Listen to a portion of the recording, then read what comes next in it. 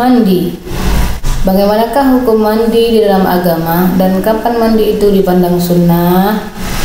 Yang dimaksud dengan mandi dalam ilmu fikih ialah mengalirkan air ke seluruh anggota badan dengan niat mengerjakan mandi. Mandi tersebut dilakukan setelah terlebih dahulu menghilangkan benda-benda najis yang ada di badan atau benda yang akan menghalangi sampainya air ke kulit. Allah Subhanahu wa taala memerintahkan mandi di dalam Al-Qur'an. Artinya, jika kamu junub maka mandilah. Quran surah Al-Maidah surah ke-5 ayat ke-6. Pada ayat yang lain dia berfirman, artinya mereka bertanya kepadamu tentang haid. Katakanlah, haid itu adalah suatu kotoran. Oleh karena itu, hendaklah kamu menjauhkan diri dari wanita di waktu haid dan janganlah kamu mendekati mereka sebelum mereka suci. Quran surat Al-Baqarah ayat kedua, surah kedua ayat 222.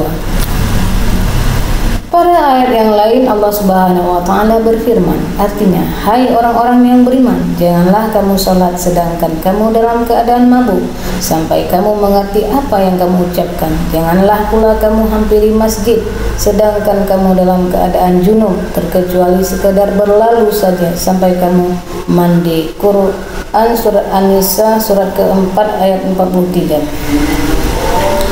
Mandi mempunyai hukum dan fungsi yang banyak. Salah satunya adalah untuk membersihkan najis dan kotoran yang tampak yang terdapat di badan. Fungsi mandi yang lain ialah untuk mengembalikan kesegaran dan kebugaran badan, untuk menjaga dan memelihara kebersihan badan pada selang waktu yang tidak berjauhan, sehingga badan tidak terserang penyakit. Manfaat lain dari mandi ialah untuk tidak mengganggu orang lain, karena kotoran yang menempel pada badan akan menimbulkan bau kurang sedap yang akan mengganggu orang lain.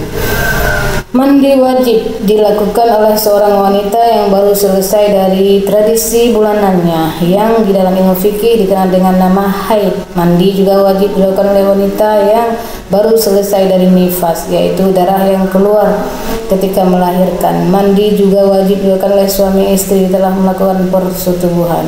Seseorang juga wajib mandi manakala dia bermimpi atau dari dirinya mengeluarkan air mani yang disertai syahwat.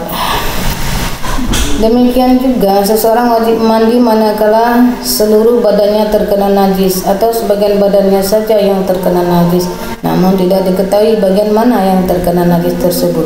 Begitu juga wajib hukumnya memandikan mayit. Sebagian fuqaha berpendapat bahwa itu tidak wajib, melainkan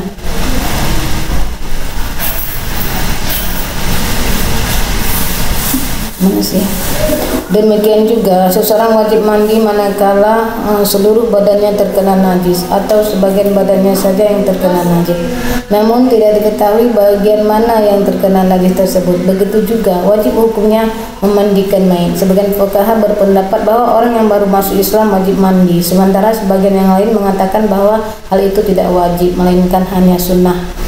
Sunnah hukumnya melakukan mandi tatkala hendak melaksanakan sholat Jumat. Ini karena sholat Jumat banyak manusia berkumpul, sehingga sunnah hukumnya kita menghadirinya dengan tubuh yang bersih dan suci.